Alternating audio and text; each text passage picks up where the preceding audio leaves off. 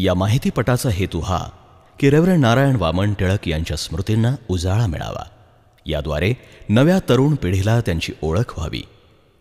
सत्याचा, सनातन धर्माचा शोध घेत टिळक ज्या प्रकारे ख्रिस्तचरणी लीन झाले, विरोधाला, छळाला न जुमानता निर्भीडपणे ज्या प्रकारे त्यांनी ख्रिस्ताचा स्वीकार केला, तशीच प्रेरणा इतरांनाही मिळावी आणि वचनाची सुवार्ता सांगण्यासाठी जिवंत देवाचं इतरांना मार्गदर्शन मिळावं. त्याद्वारे इतरांमध्ये स्वभाव परिवर्तन घडून यावं, हीच प्रभुचरणी प्रार्थना. जय ख्रिस्त.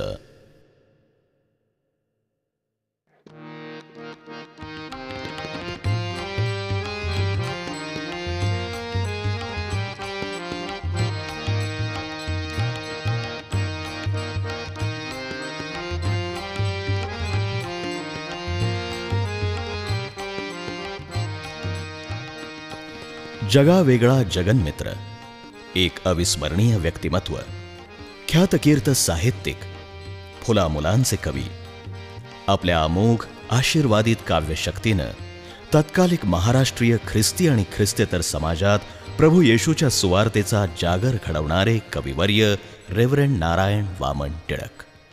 रेव्हरंड नारायण वामन टिळकांचा जन्म उच्चवर्णीय ब्राह्मण कुटुंबात, वडील वामन आणि आई जानकी यांच्या उदरी दिनांक 6 डिसेंबर 1861 रोजी रत्नागिरी जिल्ह्यातील दापोली तालुक्यातील करंजगाव या लहानशा खेड्यात झाला. प्रेमळ, कुटुंबवत्सल जानकीबाई स्वतः कविता रचित, त्यांचा हाच गुण नारायणात पण आला. वडील वामनराव अतिशय कडक आणि संतापी वृत्तीचे होते.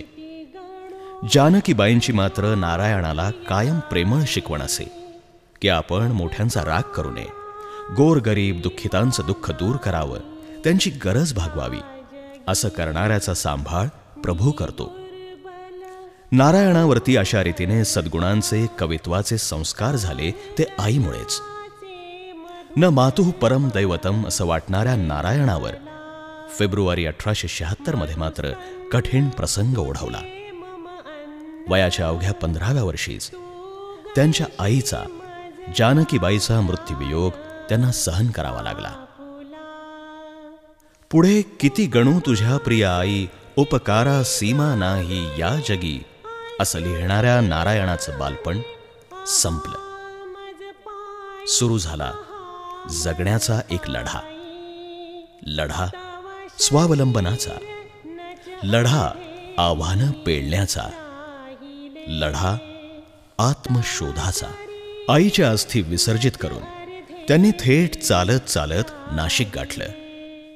याच दरम्यान टिळकांना आधार दिला तो समवयीन मित्र विश्वनाथ रामकृष्ण मायले याच्या कुटुंबानं. नाशिकमध्ये आल्यावर नारायण खराखुरा विद्यार्थी बनला. मठामध्ये जाऊन त्यांनी श्लोक, वेद, भगवद्गीता, उपनिषद, संस्कृत याचं पठण केलं. पुढे गणेश शास्त्री लेले यांच्याकडून संस्कृत काव्य, मराठी काव्य यामध्ये प्रावीण्य मिळवलं. वयाच्या अवघ्या 16व्या वर्षापर्यंत नारायणानं मराठी, संस्कृत भाषेवर प्रभुत्व मिळवलं आणि पुढे कित्येक वक्तृत्व स्पर्धा गाजवल्या. नारायणाची भाषणं फार मधुर असत आणि म्हणूनच गणेश शास्त्री त्यांना महाराष्ट्र कोकिळ असं म्हणत. पुढं इंग्रजी शिकण्यासाठी तर अगदी ए पासून एम पर्यंत संपूर्ण डिक्शनरीतील शब्द स्पेलिंगसह त्यांनी पाठ केले होते. इतकी प्रचंड प्रखर बुद्धिमत्ता नारायणाजवळ होती. एकीकडे जगण्याचा लढा, एकीकडे शिक्षण, हे सगळं सुरू असतानाच 1880 साल उजाडलं. 1880 मध्ये नारायण गोखले यांच्या मुलीशी, मनुशी म्हणजेच मनकर्णिकेशी नारायणाचा विवाह ठरला. मनकर्णिका आता सौ लक्ष्मी नारायण टिळक झाल्या आणि या दोघांचा जीवन प्रवास सुरू झाला. लक्ष्मीबाई अस्सल सनातन ब्राह्मण कुटुंबातील, संस्कारित, व्यवहारी आणि पतिनिष्ठ होत्या. एकमेकांच्या विरुद्ध असे दोघांचे स्वभाव होते. त्यामुळे त्यांच्या सहजीवनात संघर्ष अगदी ठासून भरलेला होता. पुढे या जोडप्याला पहिला मुलगा झाला. त्याचं नाव दत्तू असं ठेवलं. नंतर ते नागपूरजवळ राजनंदगाव या ठिकाणी कामासाठी गेले. दरम्यान लक्ष्मीबाईंना दुसरं पुत्ररत्न प्राप्त झालं. त्याचं नाव माधव असं ठरवलं गेलं. पण हे बाळ 8च दिवस जगलं. त्याला आकडी रोग येऊन लक्ष्मीबाईंच्या मांडीवरच हे बाळ गेलं. पुढे 1880 ते 1895 ही 15 वर्ष नारायणांसाठी अस्थिरतेची, धडपडीची अशी होती. त्यांनी अनेक कामं आणि अनेक ठिकाणं सुद्धा बदलली. एकीकडं सत्याचा आणि ईश्वराचा शोध मात्र सुरूच होता. अगदी बालपणापासूनच नारायणांना हिंदू कर्मकांड आणि शुष्क धार्मिक विधी याविषयी फार खेद आणि त्रास वाटत होता. त्यांनी रामायण, महाभारत, कालिदास सगळं वाचलं. समाजातील, धर्मातील जातीभेद, शिवाशिव, अस्पृश्यता यावरती ते खूप नाराज होते. त्यांना धार्मिकतेतून शांती हवी होती आणि म्हणून एकदा तर चक्क कफनी धारण करून नाशिकमधील सप्तशृंग गड या ठिकाणी ते योगी बनले. स्वतःच भक्तांना आशीर्वाद देऊ लागले. गळ्यात रुद्राक्षांची माळ, दाढी, जटा अशा वेशात ते परमेश्वराचा शोध करू लागले. परंतु यामध्ये नारायणाचं मन मात्र रमलं नाही आणि त्यांचा हा कफनी अवतार वर्षभरातच संपला. जुन्या चालत आलेल्या धर्मात आणि कर्मकांडात त्यांना अर्थ वाटेना. त्यामध्ये जरुरी ती सुधारणा करून धर्म हा शक्यतो माणुसकीला धरून असावा असा त्यांनी आपल्यापुरता प्रयत्न चालवला. त्यांच्या मतानुसार धार्मिकता म्हणजे काय, तर आईच्या श्राद्धाला ब्राह्मण न बोलवता कुण्याही जाती धर्माचे दीन दुबळे लोक बोलवावे, त्यांना जेव घालावं, अंगभर वस्त्र देऊन त्यांना तृप्त करावं. या सगळ्या काळामध्ये नारायणरावांनी वेगवेगळ्या धर्मांचा अभ्यास सुरू केला. बौद्ध, जैन, कुराणांची भाषांतरं वाचली. या अध्यात्म ज्ञानात आणि कल्पना सागरामध्ये ते पोहत होते. परंतु एकाही धर्मानं त्यांच्या मनाला समाधान प्राप्त होईना. या त्यांच्या शोधाबद्दल नारायणराव फार मार्मिकतेनं सांगतात. जे सोपे, सरळ व शुद्ध त्याकडे आम्हा ब्राह्मणांचे कधी लक्ष जावयाचे नाही. पुस्तक जितके कठीण, क्लिष्ट, निरस तितकी आम्हास त्यात गोडी वाटायची. कदाचित म्हणूनच ख्रिस्ती धर्म आणि बायबल यांचा अभ्यास करण्याची त्यांना कधी कल्पनाही आली नाही. मात्र याच काळात ते ख्रिस्ती उपदेशकांचा छळ करत त्यांच्या उद्देशांची टिंगल टवाळी करणं यामध्ये ते भागही घेत.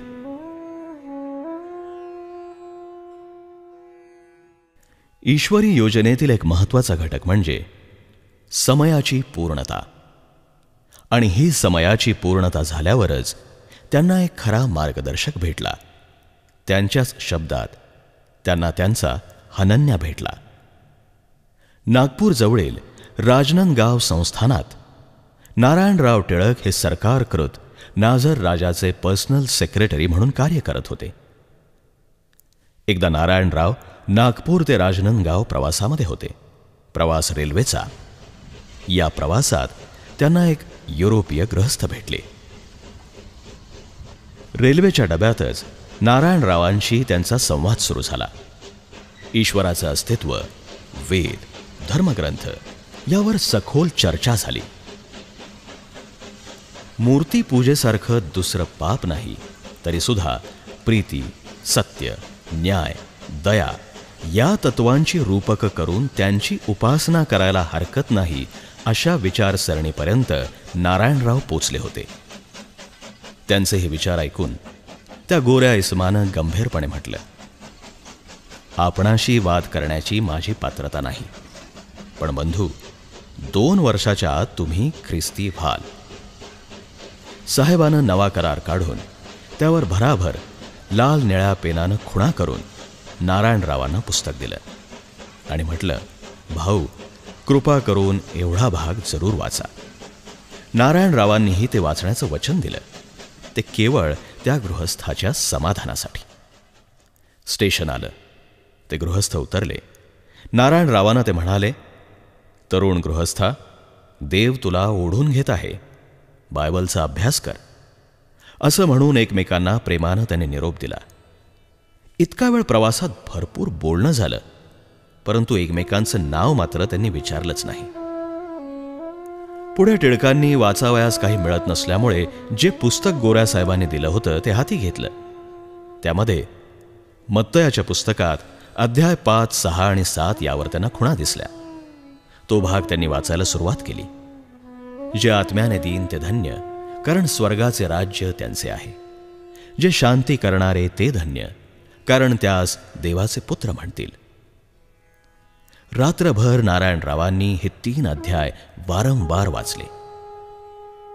त्यांना जाणवलं की त्यांच्या धर्म व्याख्येची या ठिकाणी पूर्तता झालीय. पुढं एका मिशनरी कुटुंबानं पोलीस सुपरिंटेंडंट मिस्टर मिल्टन आणि मिसेस मिल्टन यांच्या सहवासामध्ये त्यांना स्तुती आणि प्रार्थना शिकायला मिळाली. नारायणरावांनी हे 3 अध्याय अगदी तोंडपाठ केले. पुढे बायबल वाचत असताना योहानाच्या 16व्या अध्यायामध्ये 24व्या वचनामध्ये त्यांची गाडी येऊन थबकली. मागा म्हणजे तुम्हास मिळेल. पण असं कसं होईल? संदेह वाटला. मग त्यांनी प्रार्थनाच केली की ज्यामध्ये पॅलेस्टाईनचा इतिहास आणि ख्रिस्ताच्या काळची परिस्थिती असेल असं पुस्तक आता आणि इथं लगेच मिळावं. नाही मिळालं तर मी हे वचन मिथ्या आहे असं समजेन. दुसऱ्या दिवशी सरकारी कचेरीची साफसूफ करत असताना त्यांना 3 इंग्रजी पुस्तकं मिळाली.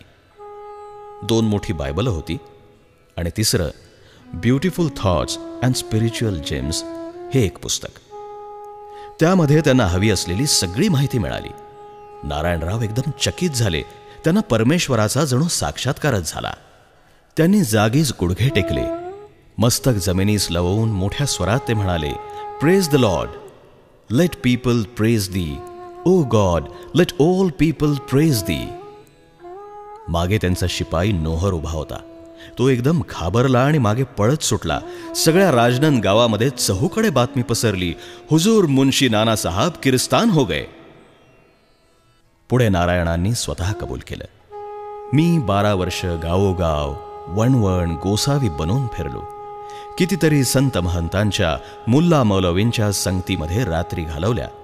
परंतु मला शेवटी कळलं की येशू ख्रिस्त हाच खरा गुरु आहे आणि त्याच्याच मार्गानं आपण चालावं असं मी ठरवलं आहे. पुढे लागलीच नारायणरावांनी ज्ञानोदय मासिकातून प्रसिद्ध केलं की मी नारायण वामन टिळक अंतःकरणातून ख्रिस्ती आहे. तथापि लोकप्रियता आणि मान मरातब यांच्या मोहात पडून मी नीचानं ही गोष्ट दडवून ठेवली. हे धर्म परिवर्तन नव्हे, तर हे होतं स्वभाव परिवर्तन. अंतःकरणातून केलेला ख्रिस्ताचा स्वीकार, ख्रिस्तावरचं प्रेम आता ओसंडून वाहत होतं. पुढे टिळक मुंबईला 1 महिना राहण्यासाठी गेले. तिथं त्यांनी ख्रिस्ती धर्माचा, शास्त्राचा बारकाईनं अभ्यास केला आणि मग त्यांचा बाप्तिस्मा करण्याचा दिवस निश्चित करण्यात आला. रविवार दिनांक 10 फेब्रुवारी 1895 रोजी Hume memorial church, Byculla, Mumbai या ठिकाणी न भूतो न भविष्यती अशी अलोट गर्दी जमली होती. टिळकांनी तर पेशवाईमधील शास्त्रीबुवांसारखाच थाट केला होता. उच्च नव्हे तर कनिष्ठ जातीतून आलेल्या पाळकाकडूनच बाप्तिस्मा घेऊन त्यांनी खऱ्या अर्थानं जातीभेद संपवला. रेव्हरंड तुकारामजी पाळकांनी त्यांना बाप्तिस्मा दिला. टिळकांचं धर्म परिवर्तन त्यांच्या कुटुंबियांना मान्य नसल्यामुळे त्यांना कुटुंबातून बहिष्कृत करण्यात आलं होतं.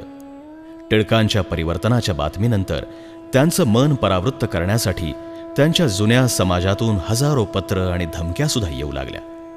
पैशाचं आमिष देखील त्यांना दाखवण्यात आलं. तरीसुद्धा ते आता मागं फिरणारे नव्हते. त्यामुळे त्यांना एकदा विष देऊन मारण्याचा सुद्धा प्रयत्न करण्यात आला. एकदा काही तरुणांनी काठ्या घेऊन त्यांच्यावर हल्ला करण्याचा प्रयत्न केला. हे सगळं अनुभवत असूनही उघडपणे, निर्भीडपणे त्यांनी ख्रिस्ताचा स्वीकार केला आणि ते सहज जगासाठी लिहून गेले, आज मी ख्रिस्ती जाहलो, आज मी ख्रिस्ती जाहलो, भयकर भवनद पार तरोनी, निजकर पसरून इतर जनास्तव उभा राहिलो, आज मी ख्रिस्ती जाहलो. ख्रिस्ता संगे मरण पावलो, ख्रिस्ता संगे पुनरपि उठलो, नवीन जीवन हृदय हि नूतन, आज पावलो, आज मी ख्रिस्ती जाहलो.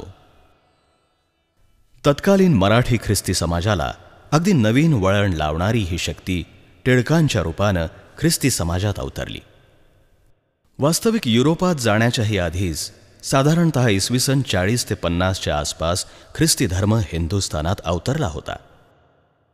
मुळात पौर्वात्य असलेला हा धर्म केवळ ब्रिटिश किंवा पोर्तुगीजांनी इथं आणला म्हणून तो पाश्चात्य अशी चुकीची एक समजूत होऊन बसली आणि त्यामुळे धर्मांतर म्हणजेच देशांतर असं तत्कालीन लोक समजत होते. तेव्हा टिळकांनी या अशा ख्रिस्ती समाजामध्ये परिवर्तन घडवून आणलं. हिंदुस्थानातील ख्रिस्ती लोकांच्या हातात परंपरागत असलेली वाद्य म्हणजे टाळ, वीणा, मृदंग देऊन भजनं, अभंग, भक्तिगीतं गाण्यास प्रोत्साहित केलं. यासाठी त्यांनी स्वतः कित्येक स्तुतिगीते, भक्तिगीते, भावगीतं, भजनं, अभंग रचले. या सगळ्या गीतांना चाली देऊन ही गीतं ते इतरांना शिकवत.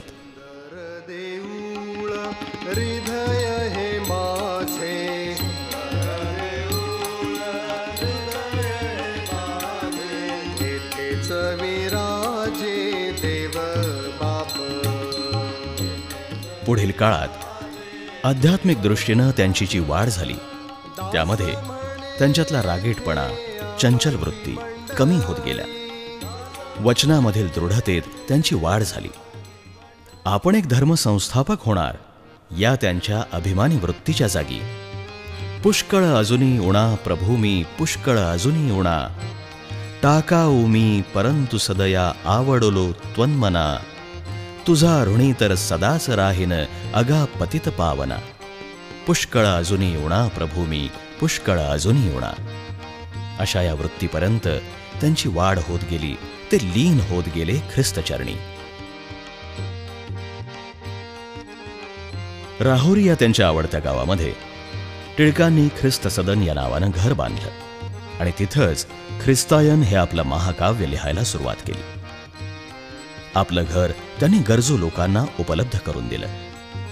दुष्काळामध्ये टाकून दिलेली अगदी 10-12 दिवसांची एक अनाथ मुलगी आपली मुलगी म्हणून त्यांनी सांभाळली.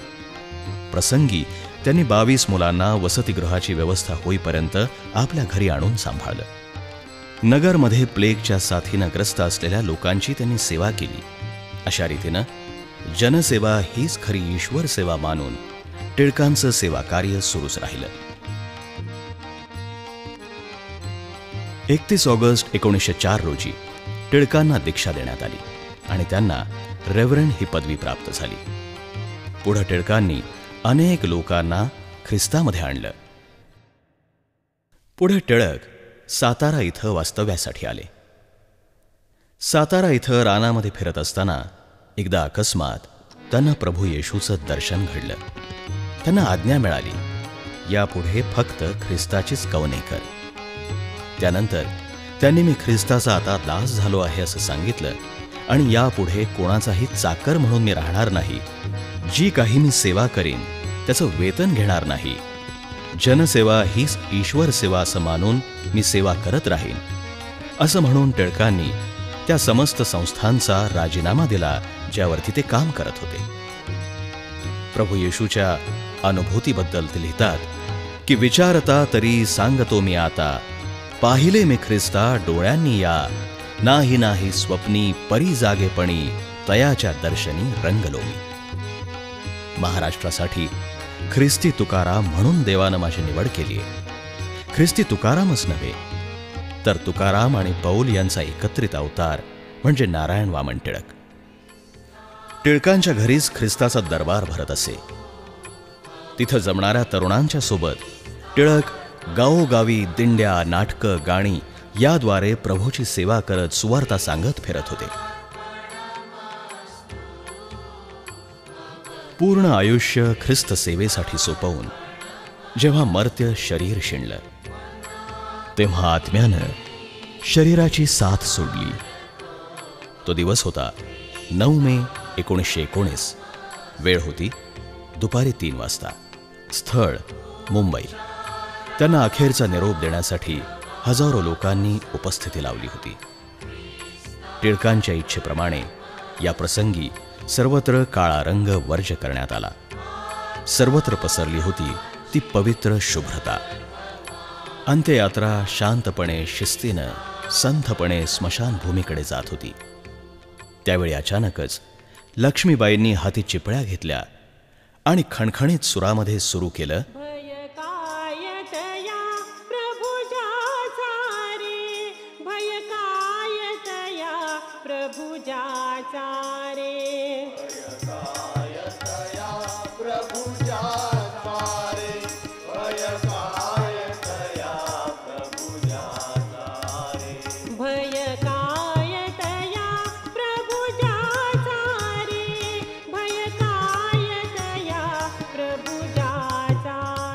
1861 ते 1919 असा हा जीवनरूपी प्रवास पूर्ण करून रेव्हरंड नारायण वामन टिळक ख्रिस्तात विलीन झाले.